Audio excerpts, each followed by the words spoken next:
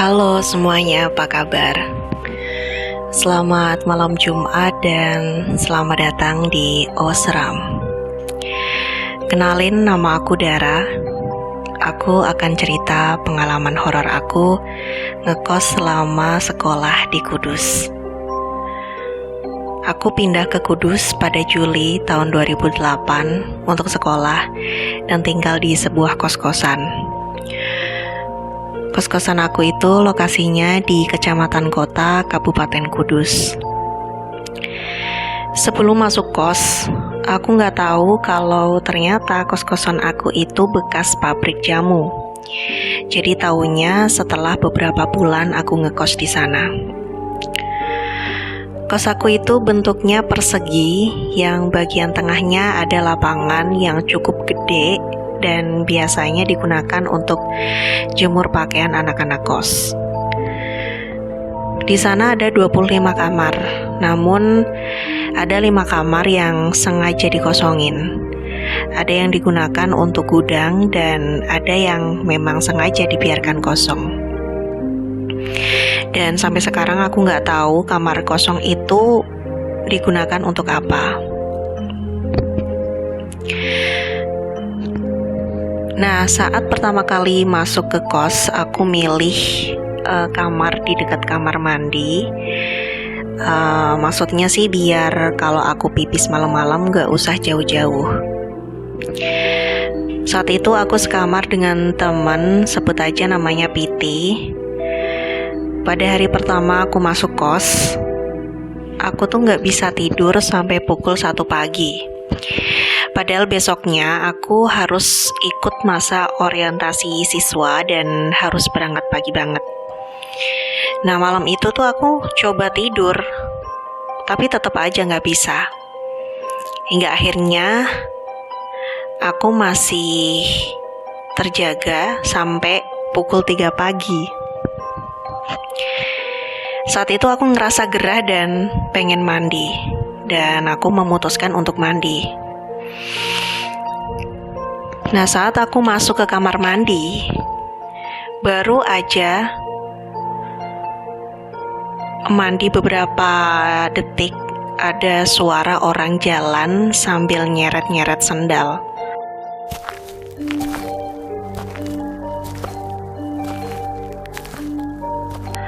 Jadi suaranya tuh kayak serak gitu. Jadi suara orang yang jalannya nyeret dan pelan-pelan gitu sampai bunyi serak. Karena penasaran, aku coba buka pintu kamar mandi dan nengok ke asal suara. Namun setelah aku cek, ternyata nggak ada orang sama sekali. Dan saat aku cek itu juga, suaranya hilang. Kebetulan di depan kamar mandi itu area jemur pakaian.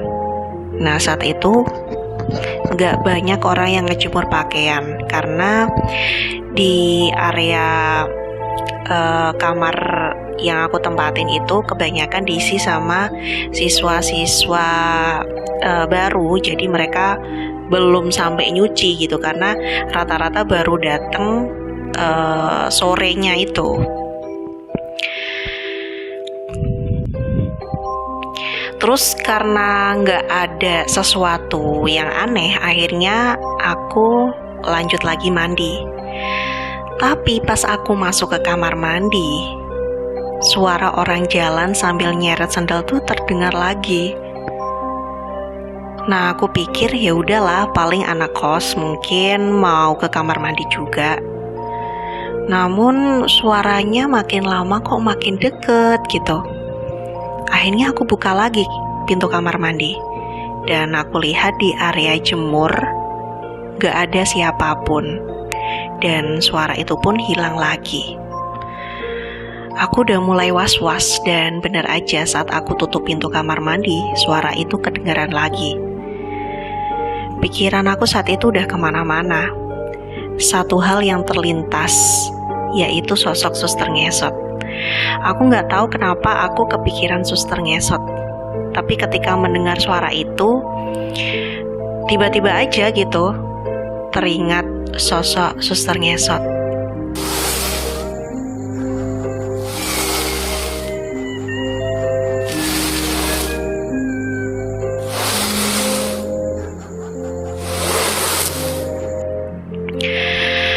Aku udah bodo amat sama suara itu. Terus aku mempercepat mandi, lalu keluar melewati area jemur tadi menuju ke kamarku. Dan setelah sampai kamar, suara itu udah nggak kedengeran lagi. Semenjak kejadian itu, aku nggak berani lagi mandi atau ke kamar mandi di atas jam 1 pagi. Beberapa minggu setelah kejadian itu, aku ngalamin kejadian aneh lagi. Saat itu, aku tidur di kamar teman aku. Kamarnya itu berada di seberang kamar aku, dan untuk menuju ke sana harus melewati area jemur yang aku ceritain tadi. Nah, di kamar teman aku itu berderet 10 kamar, dan kamar teman aku itu nomor 3. Dan kamar nomor 1 dan kamar nomor 2 itu kosong dan digunain untuk gudang. Pas malamnya, sekitar pukul 12 malam, aku tiba-tiba ngedengerin ada orang yang mukul-mukul tembok kamar teman aku.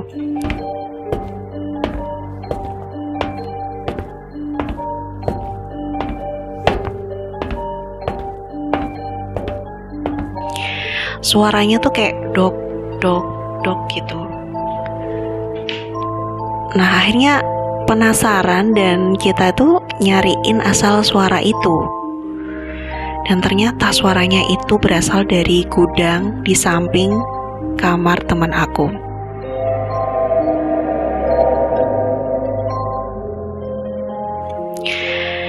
Suaranya tuh makin lama makin jelas banget kedengeran. Awalnya aku pikir itu tikus. Namun aku pikir-pikir lagi, gak mungkin dong tikus bisa gedor-gedor tembok dan kenceng banget. Kalau digedor orang juga gak mungkin, karena bertahun-tahun kamar itu tuh dijadiin gudang, dan setahu aku gak ada anak kos yang bisa buka, kecuali Pak Kos sendiri. Dan gak mungkin juga Pak Kos berada di dalam gudang saat jam 12 malam. Nah, karena aku penasaran, akhirnya aku ngecek bareng teman aku melalui kaca jendela gudang itu. Dan ternyata emang kosong. Dan lampunya juga mati.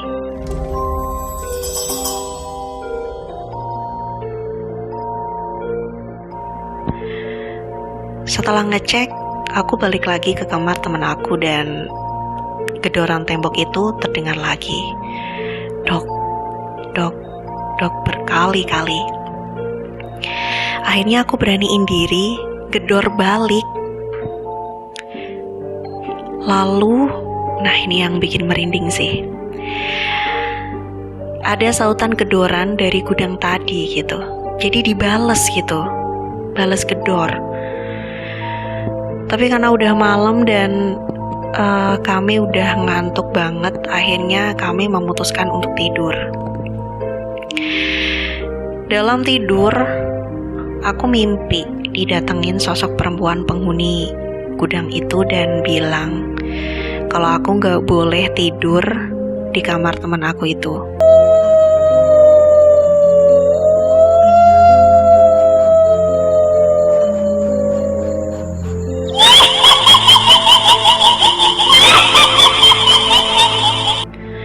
Katanya, daerah situ menjadi daerah kekuasaan dia. Emang sih, aku emang gampang mimpi, dan biasanya emang kadang kepikiran sesuatu terus masuk gitu ke dalam mimpi. Jadi mungkin aku karena terlalu kepikiran soal gedoran gudang, jadi kebawa mimpi gitu. Jadi ya udah gitu, akhirnya udah aku biarin aja. Selang 2 hari setelah mimpi itu, aku dikagetkan dengan gedoran pintu gudang pada saat pukul 12 malam. Jadi itu tepat banget karena saat itu Pas banget aku lagi pegang HP dan emang ngelihat saat itu jam 12 malam. Saat itu aku lagi nyuci baju bareng teman aku. Dan ketika ada gedoran dari dalam gudang itu, seketika aku dan teman aku ngejerit dan masuk ke kamar. Waktu itu sih aku masih positive thinking. Mungkin itu suara tikus mungkin. Tapi kayaknya kok nggak mungkin, karena nggak mungkin banget tikus itu bisa gedor-gedor pintu. Dan kenceng banget gitu.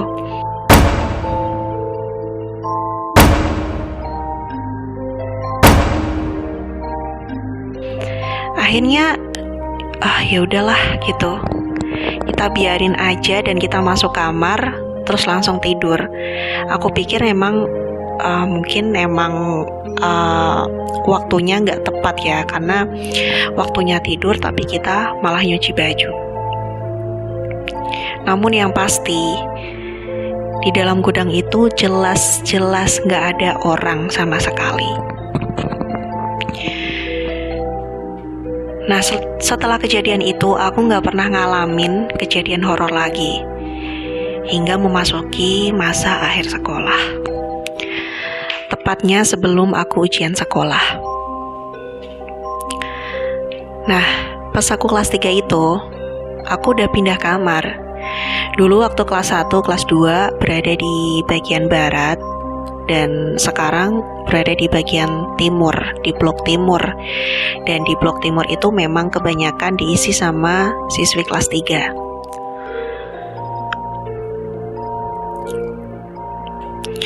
Saat kejadian itu, aku bangun sekitar pukul 2 malam dan mendengar suara orang nyanyi. Aku ngerasa suaranya itu muncul dari kamar bagian barat yang saat itu sedang kosong karena siswa kelas 1 dan kelas 2 sedang libur karena kelas 3 ada tryout. Aku masih positive thinking, oh mungkin ada siswa yang gak pulang ke rumah dan emang sedang ngedengerin lagu.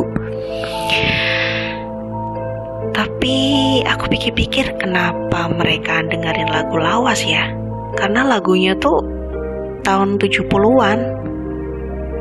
Dan anehnya lagi itu tuh suara-suara aja, suara orang nyanyi aja tanpa musik.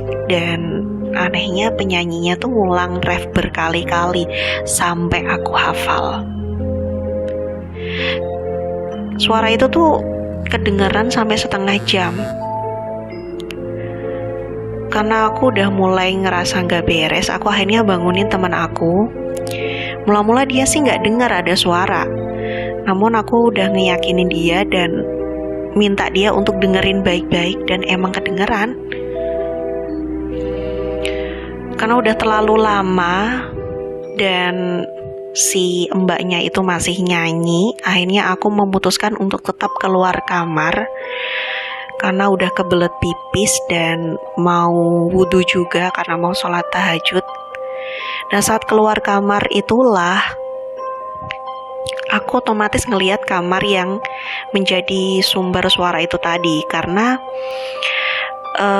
kelihatan dari kamar aku yang sekarang.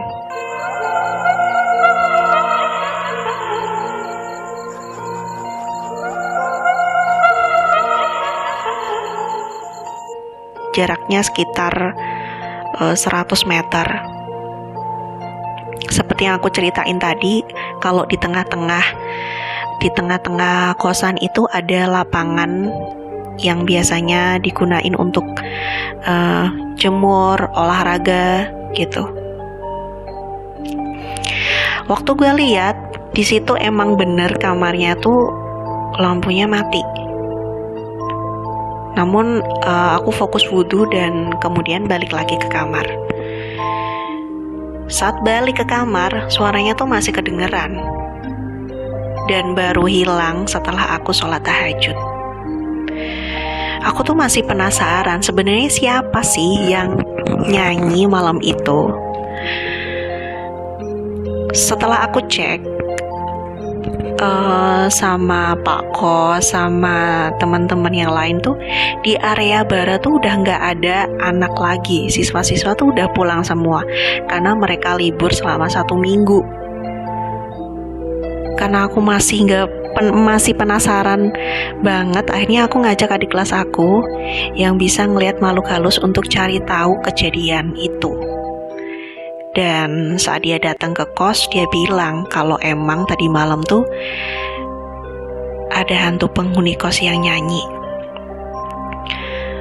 Sosoknya berwujud perempuan berambut panjang dan memakai baju putih panjang. Kata adik kelas aku, sosok itu sudah lama tinggal di kos bekas pabrik jamu. Sebenarnya sosoknya baik dan jarang mengganggu. Namun malam itu dia ngerasa kesepian dan ingin bernyanyi, sekaligus ingin memperlihatkan diri kalau dia benar-benar ada. Mendengar cerita di kelas aku itu, aku jadi merinding. Aku gak bisa bayangin kalau aku tinggal di kamar berhantu itu. Barangkali dia bisa ngajak aku nyanyi malam-malam setiap hari.